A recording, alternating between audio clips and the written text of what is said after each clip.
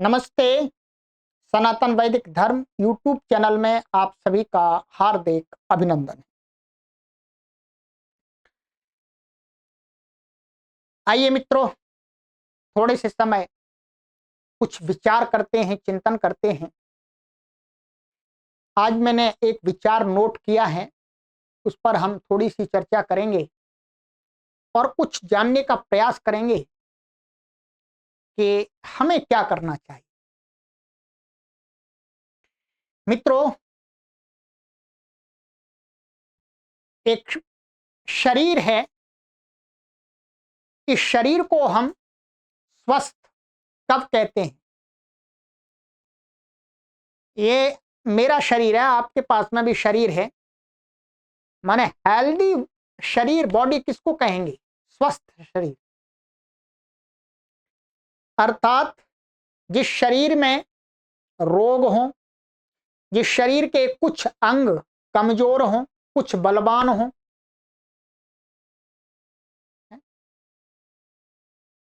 उस शरीर को कोई स्वस्थ कहेगा नहीं कहेगा।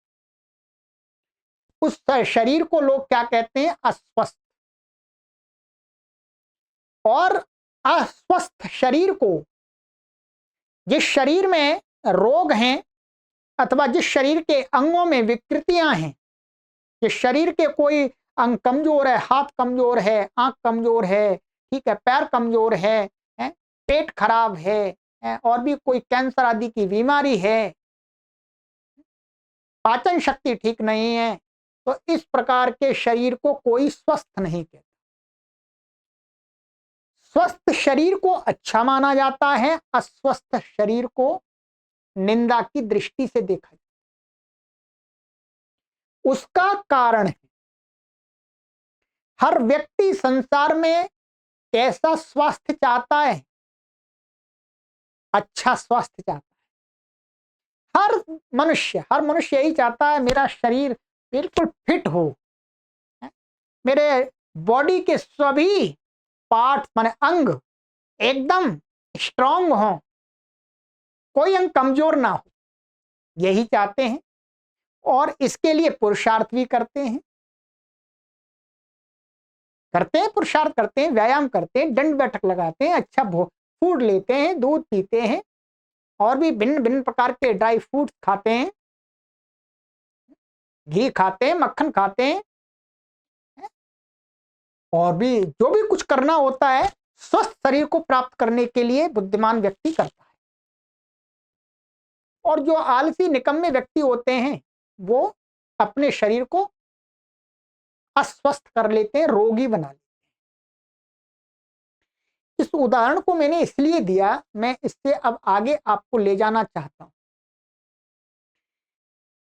कोई भी व्यक्ति संसार का अपने शरीर के अंगों को कमजोर नहीं देखना चाहता, क्योंकि उसके शरीर का यदि एक अंग कमजोर हुआ तो उसका पूरा शरीर कमजोर माना जाता।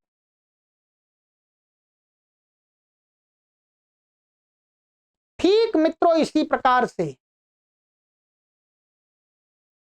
एक विचारधारा में बंधे हुए करोड़ों लोग का जो समुदाय है वो एक शरीर है। एक विचारधारा, एक सिद्धांत, एक संस्कृति को मानने वाले लोगों का जो जन समुदाय है वो क्या है? शरीर है। परंतु दुख के साथ कहना पड़ता है कि हम जिस विचारधारा को मानते हैं, जिस सिद्धांत को मानते हैं, जिस संस्कृति को मानते हैं, जिस सभ्यता को मानते हैं, उस विचारधारा को मानने वाले जन समुदाय रूपी जो शरीर है, उसमें जो रहने वाले लोग जो एक अंग हैं उस शरीर के, उसमें हम व्यवहार में ऐसा देखते हैं कि एक अंग दूसरे अंग को कमजोर करना चाहता है, तो फिर वो शरीर कैसे अच्छा माना जाए? ये हिंदू विचारधारा, वैदिक विचारधारा, सनातन विचारधारा, सनातन संस्कृति को मानने वाले लोगों का जो जन समुदाय है, उसमें से ही कुछ लोग, कुछ अंग, हम उनको अंग कहेंगे, वो सभी अंग हैं। मानिएगा वर्तमान में 120 करोड़ लोगों का जो हिंदू शरीर है, हिंदू संस्कृति को मानने वाले लोगों का जो शरीर है, उस 120 करोड़ जो अंग हैं उसके, उनमें से कुछ अंग दूसरे अंगों को कमजोर करने में लगे रहते, अथवा ऐसा कह सकते हैं कि उस शरीर के जो अंग हैं वो आपस में एक दूसरे को कमजोर करने में लगे रहते हैं, हानि पहुंचाने में लगे रहते हैं, और इस प्रकार का विचार करते हैं कि इस शरीर के इस अंग को मैं कमजोर कर दूंगा तो मैं मजबूत हो जाऊंगा, मैं शक्तिशाली बन जाऊंगा, मैं सामर्थ्यवान बन जाऊंगा, मैं संसार में सीना तान करके जी सकूंगा। कितनी हास्यास्पद बात है, कितनी हास्यास्पद बात है। पढ़े लिखे लोग होकर के भी इस बात को ही नहीं समझ पा रहे। हम जिस शरीर के अंग हैं और हम उस शरीर के ही दूसरे अंगों को हानि पहुंचाते हैं, हानि पहुंचाने की मानसिकता रखते हैं, और फिर ये भी सोचते हैं कि हम जिस शरीर के अंग हैं वो शरीर बलवान हो जाएगा। नहीं, ये असंभव है मित्रों।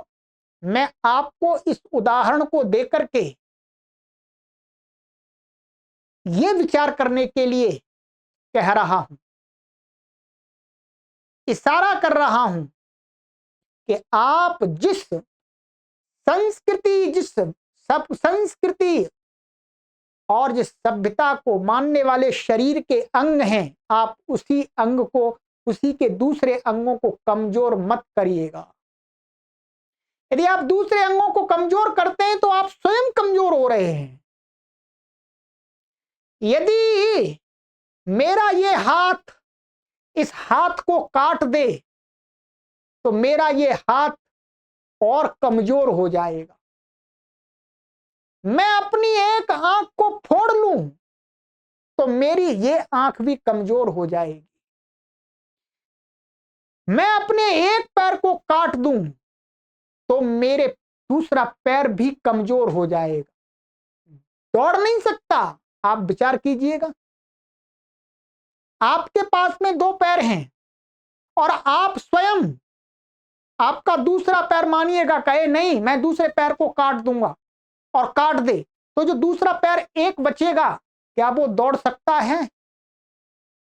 क्या यदि एक पैर दूसरे पैर को काट दे क्या वो बचा हुआ पैर दौड़ सकता है? क्या उस पैर को अच्छा माना जाएगा? नहीं माना जाएगा। वो पैर कुछ भी नहीं कर सकता, वो पैर बिल्कुल कमजोर माना जाएगा, वो असहाय हो जाएगा। परंतु हम पढ़े लिखे होकर के भी, एजुकेटेड होकर के भी इस अपनी छोटे से शरीर को उदाहरण लेकर के वहां घटा करके नहीं देखते हैं कि जिस हिंदू विचारधारा, सनातन विचारधाराओं को मानने वाले 120 करोड़ लोगों का जो शरीर है उसमें से ही कुछ जो अंग हैं वो दूसरे अंगों को हानि पहुंचा करके विचार कर रहे हैं कि मैं स्ट्रांग बन जाऊंगा। दूसरे अंग कह रहे हैं कि मैं इनको काट करके, इनको कमजोर करके मैं बलवान बन जाऊंगा। ये बहुत बड़ी अज्ञानता है, ना समझी है। बताइएगा, ना समझी नहीं है? मैं जिस समाज का अंग हूं और उसी समाज के अंग को, दूसरे अंगों को कमजोर करके और मैं सोचूं मैं तो बलवान बन जाऊंगा, मैं शक्तिशाली बन जाऊंगा, क्या ये मेरी मूर्खता नहीं है? मूर्ख।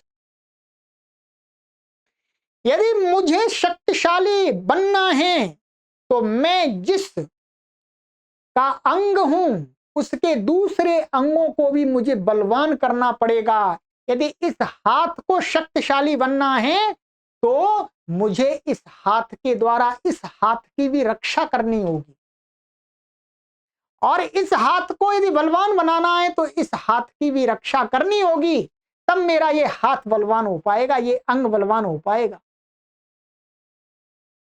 परंतु कभी विचार नहीं करते, विचार नहीं करते। हम जिस शरीर के अंग हैं, हम उसी शरीर के अन्य अंगों को काटने में लगे हुए हैं, चोट देने में लगे हुए हैं, उनको कमजोर करने में लगे हुए हैं, और हमको बोध ही नहीं है कि हम स्वयं कमजोर हो रहे हैं।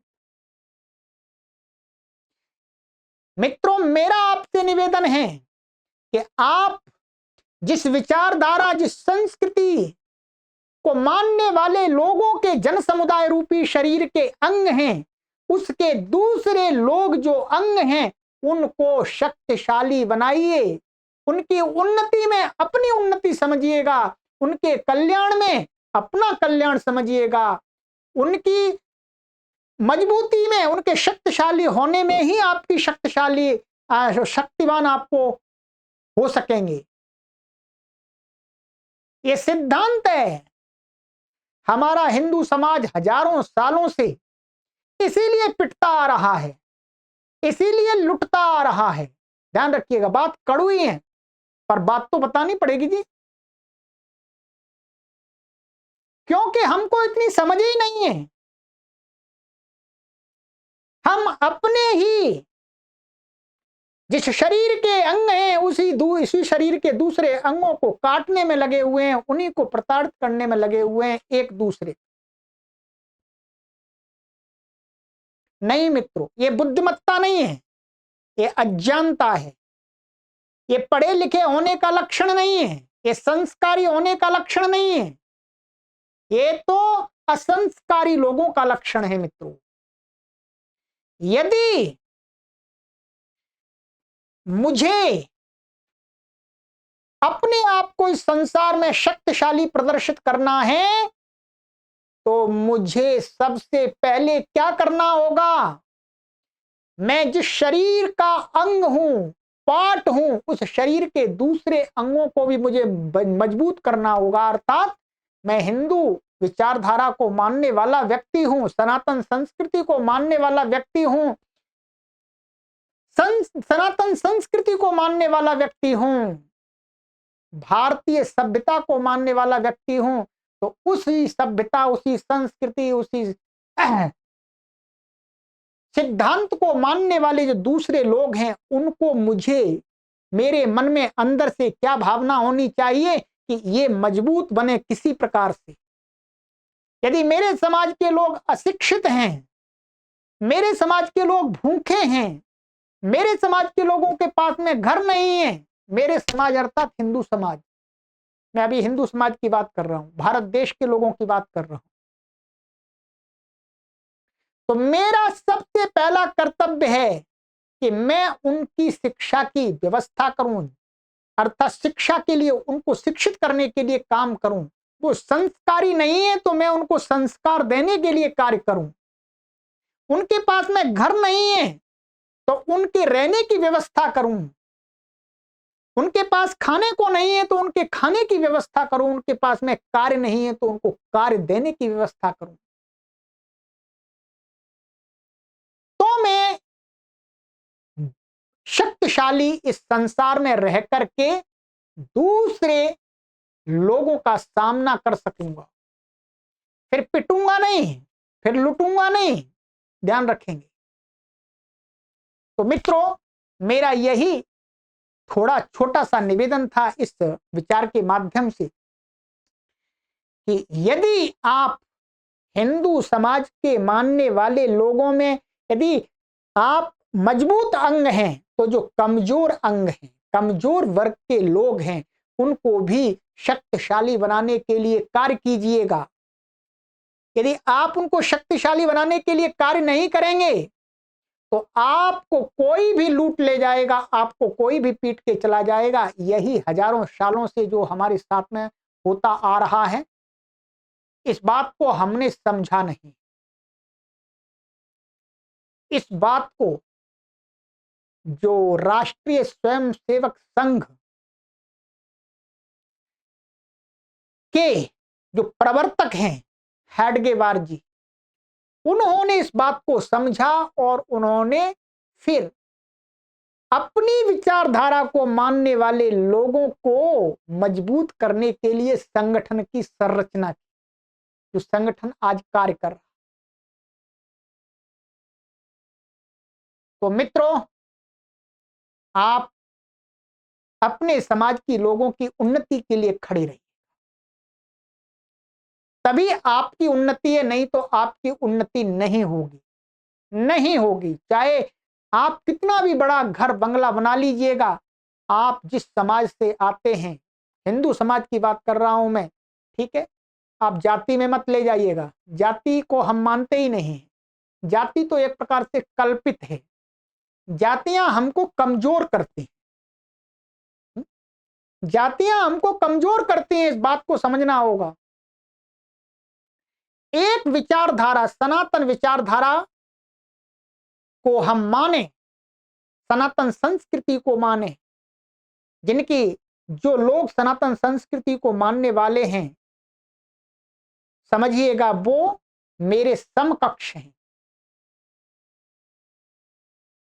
सबसे पहले मुझे अपने समाज को मजबूत बनाने के लिए कार्य करना चाहिए, अपने समाज के कल्याण के लिए, वेलफेयर के लिए कार्य करना चाहिए। ये मेरा कर्तव्य है, यदि मैं समझदार मनुष्य हूं तो। और ध्यान रखेंगे, यदि ना समझी हमने की तो हमें कोई भी पीट के चला जाएगा, कोई भी कूट के चला जाएगा, कोई भी लूट के चला जाएगा, हम कुछ भी नहीं कर पाएंगे।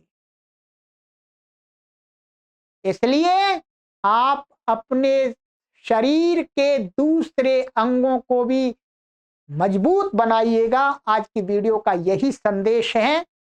हम अपने विचारधारा के जो भी कमजोर वर्ग के लोग हैं, उनकी शिक्षा की व्यवस्था करें, उनके भोजन की व्यवस्था करें, और सबसे पहले हम संस्कारों की व्यवस्था करें। हम उनको संस्कार दें, उनको नैतिक शिक्षा दें।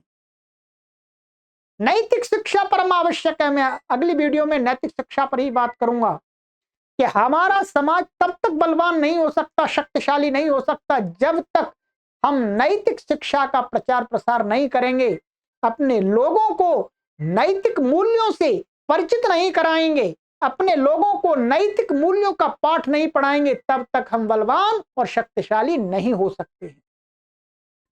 चलिएगा, तो आज का विचार हमारा यही है कि हम जिस शरीर के अंग हैं, उस शरीर के अन्य अंगों को भी अच्छा बनाने के लिए दिन रात पुरुषार्थ करें। अब आप समझ गए होंगे, इतने अब हर चीज को एकदम एक्सप्लेन करने की आवश्यकता नहीं है। चलिए आगे की वीडियो में मिलते हैं। सभी को सादर नमस्ते।